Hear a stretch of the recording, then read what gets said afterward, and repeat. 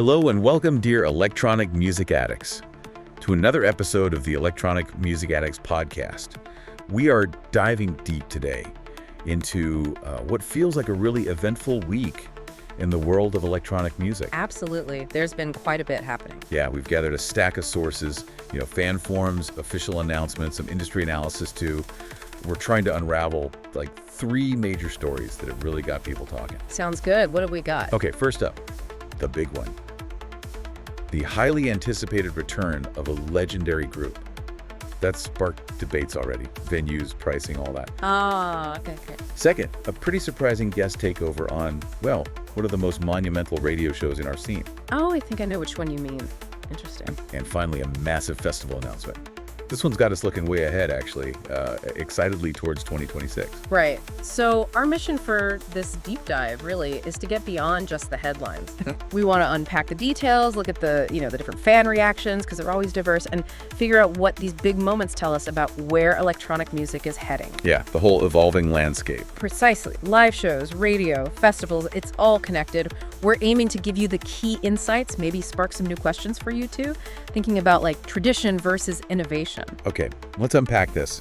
First story, we have to kick things off with the sheer excitement around Swedish House Mafia, their return to Mexico City. Huge news. Mark your calendars, October 31st, 2025. They're set for the Plaza de Toros, Mexico, which is historic in itself. Yeah, definitely talking point, that venue choice. For sure.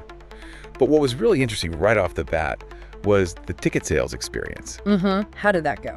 Well, compared to some other recent, let's say, high-demand events, I'm thinking specifically of the State of Trance Mexico 2025 sales. Oh yeah, the Ticketmaster situation there. Chaos. Total chaos, technical failures.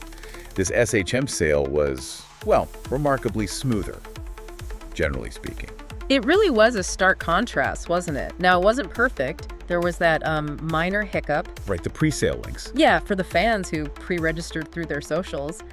It kept generating new links, it seemed. Caused a little bit of like, which one do I use?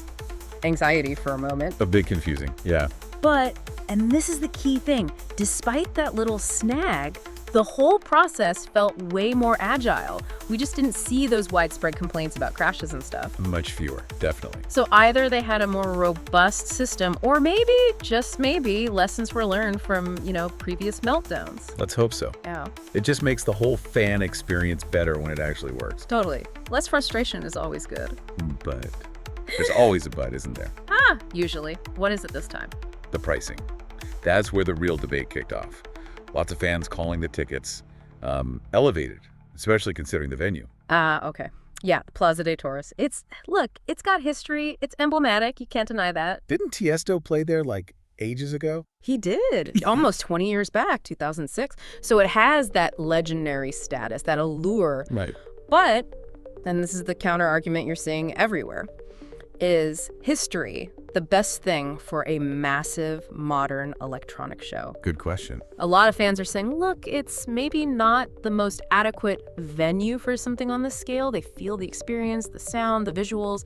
It might just be better somewhere, built specifically for these huge concerts. Yeah, acoustics, sightlines, crowd flow. Different ballgame. Exactly. So the feeling is, yeah, it's got character, but maybe not the right infrastructure for a premium-priced SHM show today. And yet, despite all that chatter, the price, the venue They're still selling, aren't they? Sales are advancing quite well, apparently. Our sources say the remaining tickets are mostly in specific spots, second tier, the Lumbrera. Those covered box areas, yeah. Some other boxes, general shadow, general sun sections. It really points towards a likely sellout. Wow. It just shows the sheer drawing power of that name. Swedish House Mafia carries so much weight. It absolutely underscores that point, doesn't it? The brand loyalty for an act like SHM. It can genuinely override things like venue concerns or price tags for the core fan base.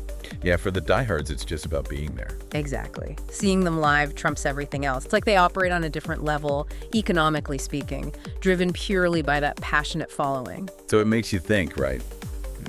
For those buying tickets. Will the investment, the venue choice, will it all be worth it for what everyone expects to be, a great night? It's fascinating, the power of that brand. Definitely something to watch. Okay, moving on. From an epic live show setting to something different but equally significant. Yeah. A pivotal moment in radio broadcasting. Yeah. We're talking Hardwell, taking the reins of the first hour of the State of Trance. ASOT 1239. Well, Armin was off on a well-deserved break, yeah. Exactly. And boy, did that send ripples through the community. Oh, it definitely did. What's really fascinating is just how wide the range of reactions was. It's like a perfect snapshot of the whole genre purity versus evolution debate. Totally. You had your, let's say, old school ASOT followers. Their reaction was kind of inconclusive, maybe. Cautious, concerned, feeling like, Hardwell doesn't quite represent the essence of trance that ASOT was built on, worried it was a sign of drifting too far. Okay. Then, flip side, loads of enthusiasm too. People seeing it as like a great chance for a fresh twist, embracing the change. Welcoming something new. Yeah. And then there was the third group, the ones who were basically like, yeah, not surprised. Saw it coming. Pretty much. They were pointing to Hardwell's recent stuff, much more techno-heavy sets and productions. Right, he's definitely shifted his sound. And arguing that, well, Armin and ASOT have been kind of dipping their toes into that techno-influenced sound too lately, so it was only a matter of time. Interesting breakdown. So what did he actually play? What was the set like? Well, it delivered on energy, that's for sure. Powerful, very energetic. It was a real fusion, actually. Big room, definitely. Driving techno elements, but also touches of modern trance melodies in there too. So a blend. A real blend. He played some of his remixes, like his take on Destination Calabria, but reworked with these really strong techno vibes and explosive drops. Okay. It created this atmosphere that was kind of balancing that big room power with a darker techno feel, but still keeping like a thread connected to that modern ASOT sound. Not pure trance, not pure techno. Right in the middle. Which gets us to the core issue, the real polemic here. Yeah. Is it correct for ASOT to keep opening its doors wider to styles that aren't strictly trance? Or is that openness exactly why the show is still so relevant after, 20 plus years? That's the million-dollar question, isn't it? It really is, because you risk alienating the purists if you stray too far.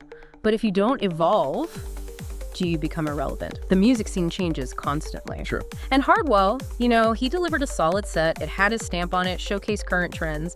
You could argue Armin's willingness to do this, to push those boundaries, is actually a smart strategic move. To stay relevant. Exactly. Keep ASOT fresh. Keep it appealing to newer listeners, even if some traditional fans aren't thrilled.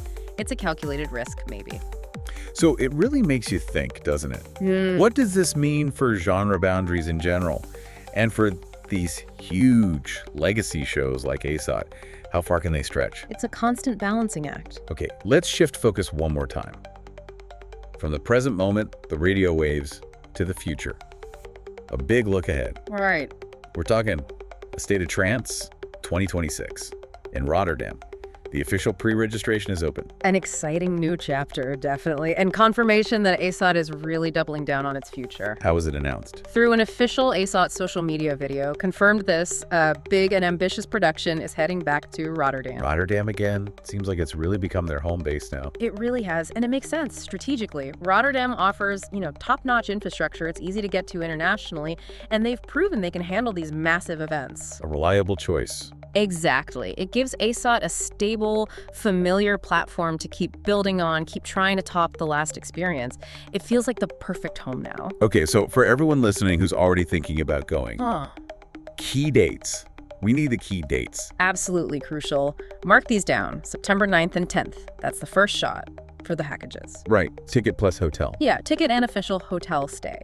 Ideal if you want the whole experience sorted, especially coming from abroad. Makes sense. Then, right after September 11th, that's when the weekend-only tickets go on sale. So if you've got your own travel and place to stay sorted. Exactly. Just need the entry pass. It's a good way to manage the rush, catering to different needs. Smart. And the announcement video itself. Yeah. What was the vibe? Oh, it hit all the right notes. Packed with energy. You see the crowds going wild, the incredible lights. Get you hyped just watching it, probably. Totally. And Armin, of course, front and center, master of ceremonies. It's a powerful reminder that ASOT isn't just like another festival. It's more than that. It's a global community, really, united by the music, by trance, and how it keeps evolving. The video really hammers home the production value, too. The stages, the lights, the sound. It promises to be, another piece of electronic music history. And the fan reaction online. must be buzzing. Absolutely incredible. Straight away, people are speculating about the lineup for 2026. Already? Wow. Oh, yeah. Who's coming back? Who might debut at ASOT Rotterdam? And loads of reminders to plan ahead. Everyone knows ASOT tickets go fast. Like instantly sometimes. Pretty much. The buzz around these early announcements just shows how strong that ASOT connection is. So it really confirms ASOT isn't resting. Yeah. They keep pushing. They do not stop. Always trying to surpass the last one. Rotterdam's the perfect stage for that now. It feels like ASOT 2026 is going to be another step up. The key insight there seems to be about constant innovation, right? Right? For a global brand like that. Absolutely. Innovation in production, keeping that community engaged, smart location choices. It's all vital to staying at the top. It really feels like an unmissable event if you want to be part of that ongoing story. Okay, so we've covered SHM's return and the venue debate, Hardwell's ASOT takeover and the genre question, and the big look ahead to ASOT 2026.